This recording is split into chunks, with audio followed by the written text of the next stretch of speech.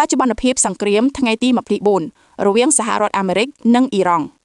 យោងតាមការចុះផ្សាយរបស់ភ្នាក់ងារសារព័ត៌មាន CNN កាលពីថ្ងៃទី23ខែមិនិនាឆ្នាំ2026បានឲ្យដឹងថាប្រធានាធិបតីសហរដ្ឋអាមេរិកលោក Donald Trump បានប្រកាសផ្អាកការវាយប្រហារលើប្រទេសអ៊ីរ៉ង់រយៈពេល5ថ្ងៃការសម្រេចចិត្តនេះធ្វើឡើងបន្ទាប់ពីលោកយល់ថាកិច្ចពិភាក្សាកាលពីចុងសប្តាហ៍មានសញ្ញាវិជ្ជមានក្នុងការឈានទៅរកការបញ្ចប់ជម្លោះមុនការប្រកាសនេះលោក Trump បានប្រមានវាយប្រហារយ៉ាងធ្ងន់ធ្ងរលើបណ្ដាញអគ្គិសនីរបស់អ៊ីរ៉ង់ប្រសិនបើច្រកសមុទ្រ Hormuz មិនត្រូវបានបើកឡើងវិញ